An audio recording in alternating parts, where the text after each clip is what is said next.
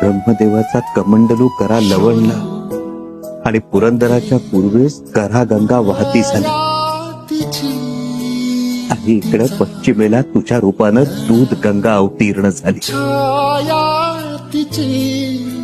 त्याव कसे फेडू ग पान तुझे लेकर, एकदा आई म्हणून मला हाक मार.